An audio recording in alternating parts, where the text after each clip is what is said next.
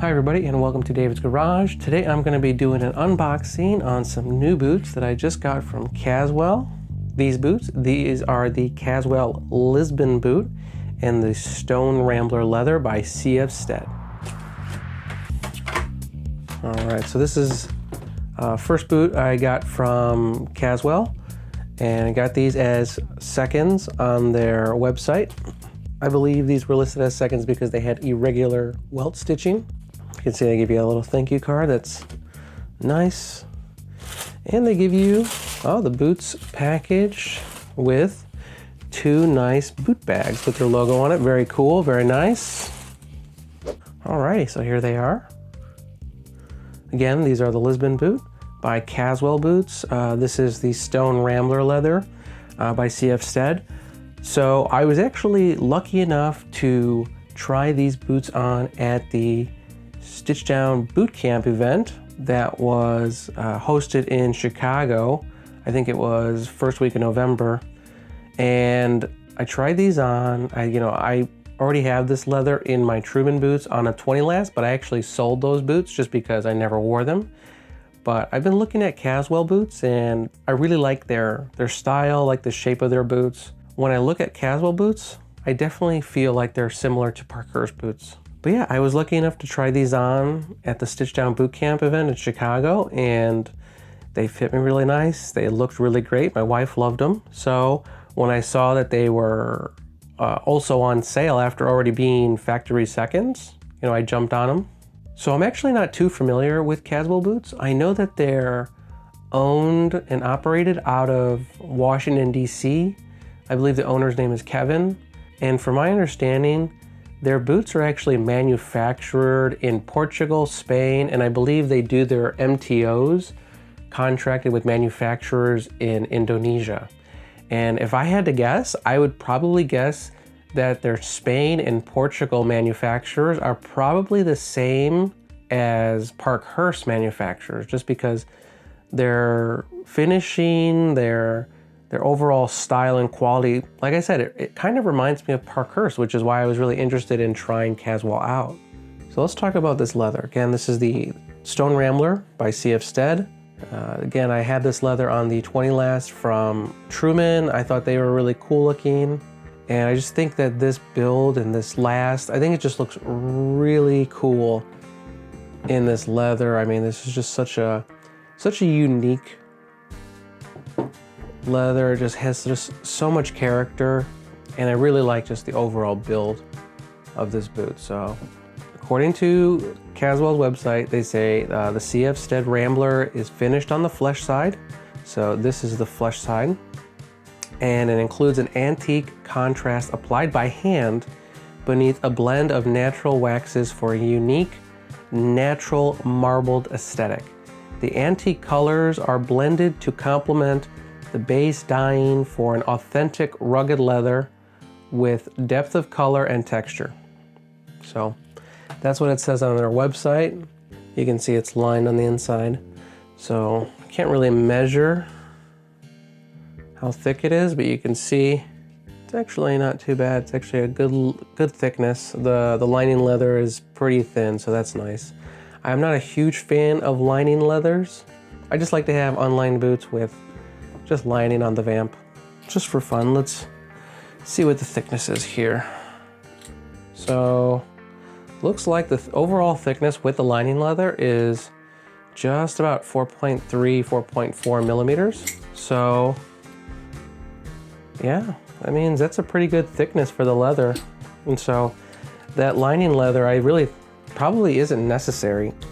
I know that suedes are sometimes lined just because suedes can be kind of soft and have low temper, so sometimes boot builders will line suedes to just give it more body so it holds the shape better.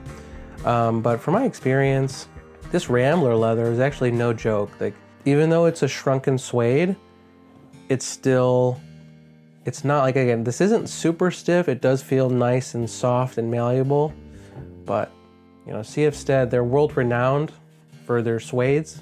So I expect a minimal break-in for this leather, but still, it's just such a beautiful leather. and I'm really happy that they give you a good amount of thickness. Let's talk about this last. So Caswell builds a lot of their boots, I believe, on two lasts, and this is the Morris last. I believe this is like their most, I see a lot of their boots built on this Morris last. It has a very just classic service boot style. Looks like it's not super sleek on the waist, and then obviously it's got a nice round toe box. Almost reminds me of the 602M last from Parkhurst, but I think actually this is a little bit more voluminous here in the toe box. It does look a little bit taller and a little bit more voluminous in the instep and the toe box compared to the 602M last. Yeah, I really like the look of this last. It's definitely, like I said, just got this classic heritage boot look to it. So on their website, Caswell says the Morris last runs about half a size large compared to standard Brannock sizing. We recommend sizing down a half a size. So that's what I did. When I tried these on at the boot camp, I tried them on 10D and they fit me perfectly. So this is the same size that I get in my Truman boots, the same size I get in my Iron Rangers, my Parkhurst. I'm a 10.5D on the Brannock. These fit me really good. As you can see, this boot is 360 degree Goodyear welt construction, goes all the way around the boot. And you can see they did a split reverse welt, which just means they just cut the end of the welt that's going inward, and they turn the flap up after they split it, so that way you have this little flap going around the boot. And again, the reason why these were factory seconds was because I guess they said irregular stitching on the welt. I guess you can see right there, it's a little wonky. You can take a look at this boot. Yeah, stitching on the welt doesn't really look bad. I mean, right there is a little wonky because that's where they overlap, but honestly, this welt stitching is not bad in my opinion. I'm not the pickiest person. Let's go over the build. So let's see, on their website,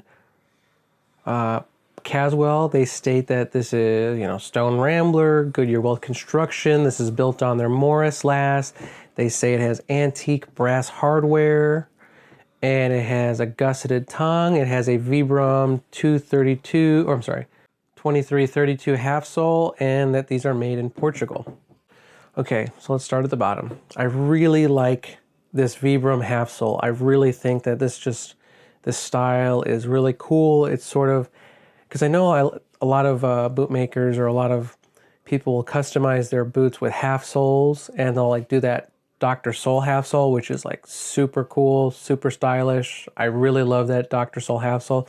I really like this Vibram 2332 half sole as well, just because I really like, lugs on my boots, just because I really like having that extra grip. I live in the Midwest. I want to be able to wear these in all kinds of weather conditions.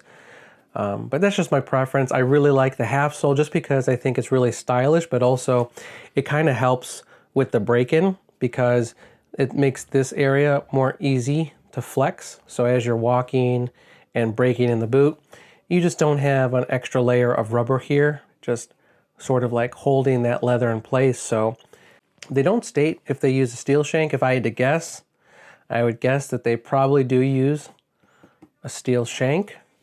Let's see, you can see it's a full veg tan heel stack, looks like a full veg tan midsole, and then they do use cork to fill the cavity created by this Goodyear welt. And then let's take a look on the inside. Looks like sort of very similar to Parkhurst. You can see they have a full veg tan insole or footbed, and then they have a half sock liner.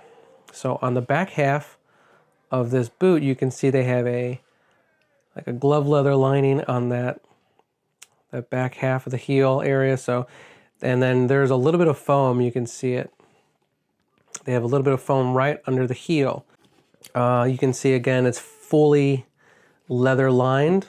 I wish they wouldn't do that, but is what it is. I know Grand Stone does their boots fully leather lined.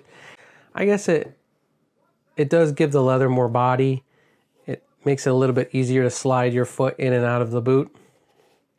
Also, it makes the boot a little bit more insulated, but I don't really care for, again, my preference is to just, you know, line the vamp and then just leave the leather as it is. I just want to break in this leather and feel this leather around my ankle. Okay, so now here's a question. This toe definitely does feel structured. I can feel a nice firm structure in there. Let's see. I don't believe they mentioned anything about the heel counter.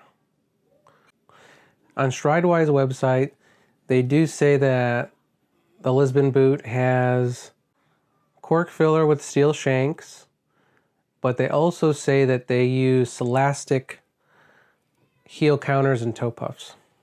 You know, it doesn't feel Celastic, because Celastic you can sort of feel like the plastic like have like a structure, and then if you put enough pressure on it, it'll give. But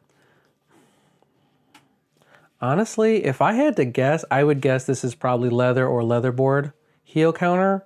But on Stridewide's website, they did say it has Celastic, but they also did say that those were the boots that were made in Spain, and these are the ones, or these ones are clearly stated on their website, made in Portugal.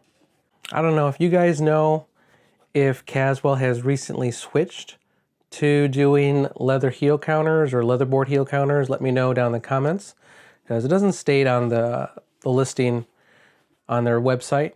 Okay, so they say this is brass hardware, and they got 1, 2, 3, 4, 5 eyelets, 2 speed hooks. You can see that these are star pressed, so they feel pretty smooth. So did a good job pressing that metal down on the backs of those speed hooks. Definitely feels very similar to like Red Wing and Parkhurst quality in terms of like how strong and durable these speed hooks feel. So definitely they feel like pretty good hardware. They only give you 1 pair of laces. I got these cotton laces, so not bad. I don't mind these laces, actually. These look pretty good. So let's measure these boots. Okay, so this heel stack is, looks like it's just about 1.25 inches. But if we go from the bottom of the midsole, looks like this heel is just looks like 3/4 of an inch.